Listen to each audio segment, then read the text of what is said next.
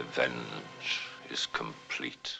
Dracula Has Risen from the Grave is about revenge and about finding faith. It's definitely not your average Dracula movie. In Christopher Lee's third time out as the Count for Hammer Studios, the actor had already defined Hammer horror and redefined Count Dracula in the popular consciousness. Lee would go on to do, to his chagrin, 4 more Dracula films, but this is my favorite of the series, even over the gold standard first film, 1958's Horror of Dracula.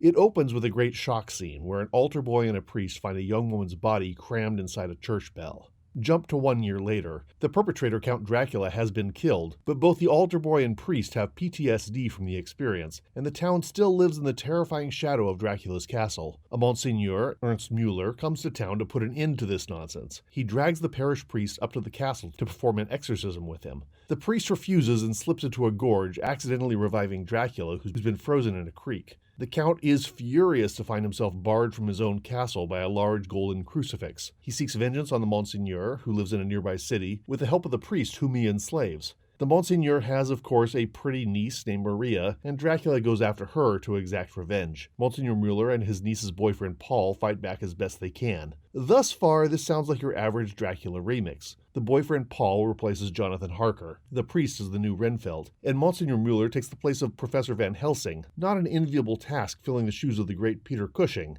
But if Hammer did one thing consistently well, besides starting the careers of Star Wars actors and Bond girls, it was casting actors who were far, far above the material they were given to read. Rupert Davies as the Monsignor definitely qualifies. As in many Hammer movies, a faint nod towards continuity is made in having Dracula resurrected at the beginning, which maybe wasn't worth naming the entire film after. He'd been drowned in an icy river in the previous movie, Dracula Prince of Darkness, so Dracula Has Risen from the Creek, or Dracula Defrosted, would have been more accurate, if lousy. Satanic Rites of Dracula was originally titled Dracula is Dead, and Well, and Living in London, so I would not rely on 1970s Hammer executives for their good taste. But I digress. Fresh blood is always needed to revive the Count. In Scars of Dracula, it's done with blood coughed up by a hilariously floppy rubber bat. And in Taste the Blood of Dracula and Satanic Rites of, he's resurrected by secret cabals performing occult rites. Here, the blood is supplied by the cowardly priest who plays every role in this film. He's a believer, an apostate, a familiar, an avenger, a sacrifice, a hero. The Renfield character, as the desperate slave who chafes against his role as Dracula's agent, has never been done better. This movie hits all the familiar Dracula beats. Warnings from cowardly townspeople, the death of a busty barmaid, which is upsetting because she seems like a really cool person in this movie. Well, he's your boyfriend. You tuck him up. A heroine in peril of becoming Dracula's bride, a final expedition to Castle Dracula to kill a monster in his own lair.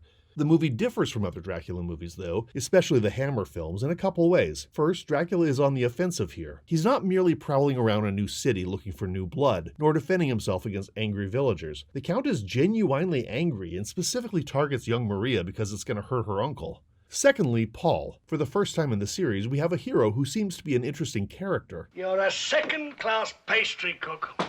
Young, hard-working, good-looking, abstemious. And if you work hard, you may in time become a first-class pastry cook. He pays for his studies working as a baker at an inn, but he wants to know this world and the truth as fully as he can. Those books of yours, eh?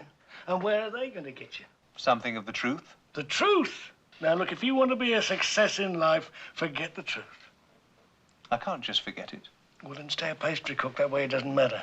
Thus far, his studies have led him to become an atheist, and he's politely frank about that with Maria's uncle. Monsignor Müller provides for Maria and her mother, and has the patriarchal authority around here. He likes Paul, but he can't accept his beloved niece marrying an atheist. Things get rocky. But then Count Dracula arrives, and the Monsignor is faced with 2 rivals vying for Maria, an atheist and an agent of Satan himself. Maria, as is typical of 1960s vampire films, just really wants somebody to suck on her neck. Visually, the big takeaway from this movie is the rooftop sets in Keinenberg. The buildings are all crammed together, so Maria can simply walk along gutters and balconies to get from her uncle's lavish apartments to Paul's little room over the tavern. It recalls Mary Poppins, or the Cabinet of Dr. Caligari, an exciting jumbled maze, and gives a special flair to the middle section of this film.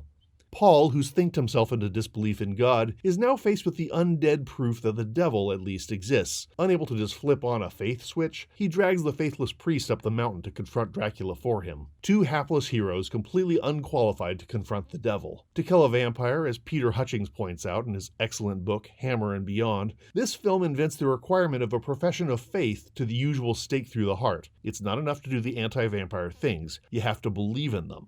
He isn't going to die! A touch which elsewhere I've only seen in the 80s camp classic Fright Night, starring Prince Humperdinck. Spawn of Satan! You have to have faith for this to work on me.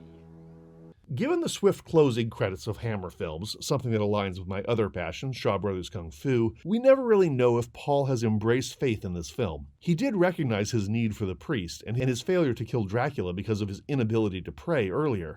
You must pray! I can't! But he says at the beginning that he seeks the truth. Now he has witnessed these events. Surely he knows that demonic forces fear the power of the cross, ergo the Christ is true in this universe.